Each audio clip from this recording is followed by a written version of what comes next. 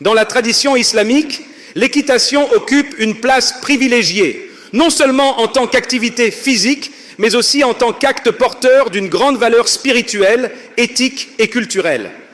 Cette pratique, recommandée par le prophète Muhammad, paix et bénédiction sur lui, s'inscrit dans une perspective beaucoup plus vaste que celle de la simple maîtrise de l'animal ou de la technique de l'équitation.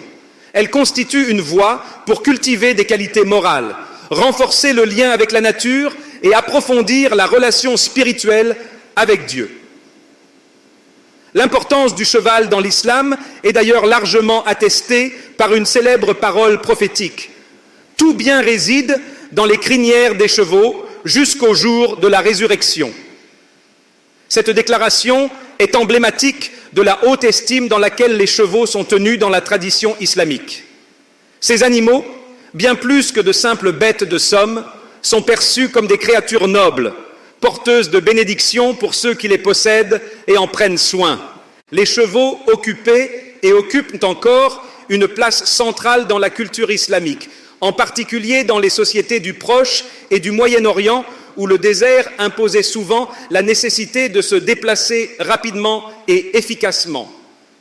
Dès l'époque du prophète Muhammad, PBSL, les chevaux n'étaient pas seulement des moyens de transport ou des outils pour les batailles, ils étaient également des symboles de force, de courage et de dignité. Les compagnons du prophète et d'autres figures historiques musulmanes célèbres ont tous développé une relation spéciale avec leurs chevaux, à tel point que le cheval est souvent devenu le symbole même de la noblesse et de la bravoure dans la culture musulmane.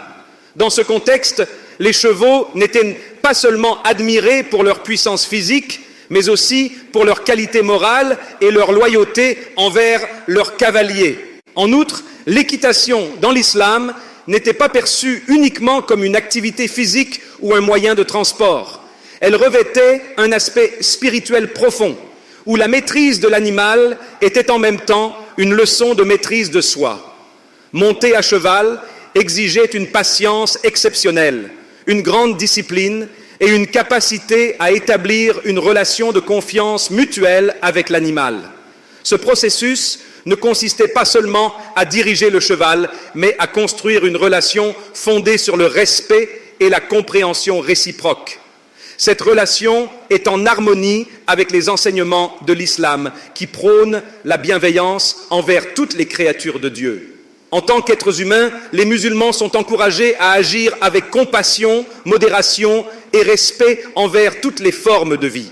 En ce sens, l'équitation n'était pas simplement une compétence technique, mais une pratique qui permettait de cultiver des qualités morales élevées et d'approfondir la spiritualité.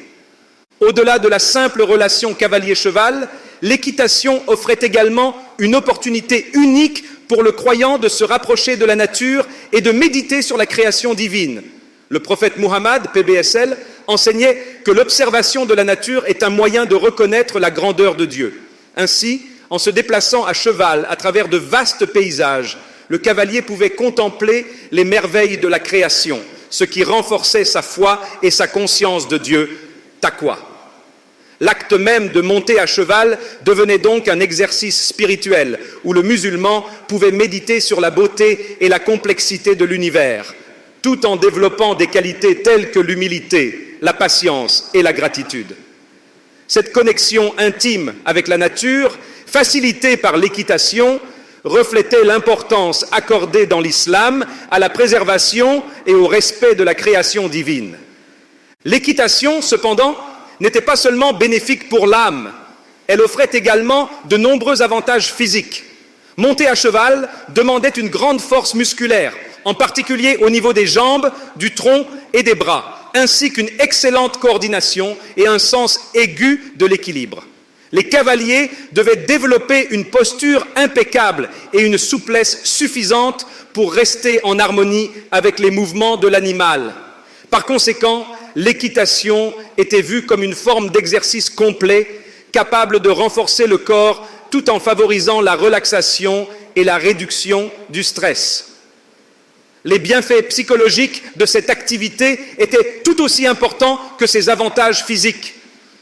En montant à cheval, le cavalier pouvait échapper au tumulte de la vie quotidienne et se retrouver dans un environnement naturel, propice à la méditation et à la réflexion. L'importance de l'activité physique dans l'islam ne se limite pas à l'équitation. Le prophète Muhammad, PBSL, a également recommandé d'autres sports tels que le tir à l'arc et la natation, soulignant l'importance d'une préparation physique adéquate pour faire face aux défis de la vie, qu'ils soient pacifiques ou conflictuels. Ces activités, tout comme l'équitation, ne sont pas seulement des moyens de maintenir un corps sain, mais aussi des instruments pour affronter les épreuves de l'existence avec courage et détermination. Dans l'islam, un corps sain est essentiel pour accomplir les actes d'adoration et servir Dieu avec vigueur et dévotion. La pratique de l'équitation, ainsi que d'autres sports, était donc encouragée non seulement pour ses bienfaits physiques, mais aussi pour son rôle dans la préparation morale et spirituelle du musulman. L'équitation, dans cette perspective, représente un équilibre entre le corps et l'esprit. Elle permet de cultiver non seulement la force physique, mais aussi des vertus morales fondamentales comme la patience, le courage, la maîtrise de soi et l'humilité. Cependant, il est important de noter que dans la tradition islamique, toute activité physique, y compris l'équitation, doit être pratiquée dans le respect de l'éthique et des valeurs islamiques. En effet, l'islam impose des responsabilités spécifiques aux hommes en ce qui concerne le traitement des animaux. Les chevaux, en particulier, sont considérés comme des compagnons nobles qui méritent une attention et des soins appropriés. Le prophète Muhammad, PBSL, a enseigné que maltraiter les animaux ou les surmener est strictement interdit. Il a souligné l'importance de fournir aux animaux une alimentation adéquate, de les soigner convenablement et de ne pas les exploiter de manière excessive. En ce sens, le soin des chevaux devient un acte de piété et de gratitude envers Dieu, qui a confié à l'homme la responsabilité de prendre soin de la création. Ce lien profond entre l'homme et le cheval, basé sur le respect mutuel, reflète les principes éthiques plus larges de l'islam, où l'homme est vu comme un gardien de la création. Le musulman est chargé de protéger, respecter et préserver l'environnement et les créatures qui y vivent. Ainsi, la relation entre le cavalier et son cheval va bien au-delà de la simple maîtrise de l'animal. Elle est fondée sur une responsabilité morale de traiter toutes les créatures avec justice et compassion. L'équitation, en tant que pratique éthique, enseigne au cavalier à ne pas abuser du pouvoir qu'il peut exercer sur l'animal, mais à agir avec bonté et modération. Cela favorise une attitude empreinte de justice, non seulement envers les animaux, mais aussi envers les autres êtres humains et l'ensemble de la création. Dans l'histoire islamique, le rôle du cheval ne se limite pas à l'équitation ou à la guerre. Les chevaux étaient aussi des symboles de prestige et de noblesse. Les grands souverains musulmans, les chefs militaires et les érudits possédaient souvent des chevaux de grande valeur qui incarnaient la dignité, le courage et la fidélité. Certains chevaux, devenus légendaires, étaient vénérés pour leurs exploits lors de batailles ou pour avoir accompagné des personnalités importantes au cours de leur voyage. Les chevaux jouaient également un rôle dans les cérémonies et les événements sociaux importants, symbolisant la richesse et le statut de leurs propriétaires. En cela, l'équitation était non seulement une pratique militaire ou spirituelle, mais aussi un marqueur culturel et social, renforçant le lien entre le cheval et les valeurs de bravoure, de loyauté et de grandeur dans la culture musulmane. L'influence de l'équitation dans la culture islamique s'étend également à l'art et à la littérature. Les représentations de chevaux dans l'art islamique sont nombreuses, que ce soit dans les miniatures persanes, les sculptures ou les poèmes épiques. Le cheval est souvent dépeint comme un compagnon fidèle, un symbole de force et de beauté, et parfois même comme un reflet de l'âme humaine. Dans la littérature islamique, des récits célèbres comme les épopées d'Antar ibn Shaddad ou de Saïf ibn Di Yazan relatent les exploits de héros montés sur des chevaux extraordinaires, soulignant ainsi l'importance du lien entre l'homme et l'animal dans la quête de l'honneur et de la justice.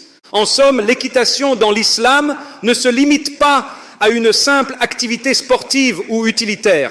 Elle s'inscrit dans une vision plus large où la discipline physique rejoint la quête spirituelle et où l'homme, à travers sa relation avec le cheval, apprend à mieux comprendre son environnement et à vivre en harmonie avec la nature. Le cheval devient alors un compagnon dans le voyage intérieur et extérieur, un symbole de la noblesse que chaque musulman cherche à incarner dans sa vie quotidienne. Les bienfaits de cette pratique vont bien au-delà du simple renforcement physique. Ils touchent à des dimensions profondes de la vie spirituelle, morale et culturelle. L'équitation, dans sa pleine dimension, offre une synthèse unique entre le corps, l'esprit et la nature, permettant à l'homme de grandir non seulement en force, mais aussi en sagesse, en humilité et en vertu. Le lien avec le cheval, forgé dans le respect et l'amour de la création, devient ainsi une métaphore du lien que le croyant cherche à établir avec son Créateur dans la quête perpétuelle de la perfection morale et spirituelle.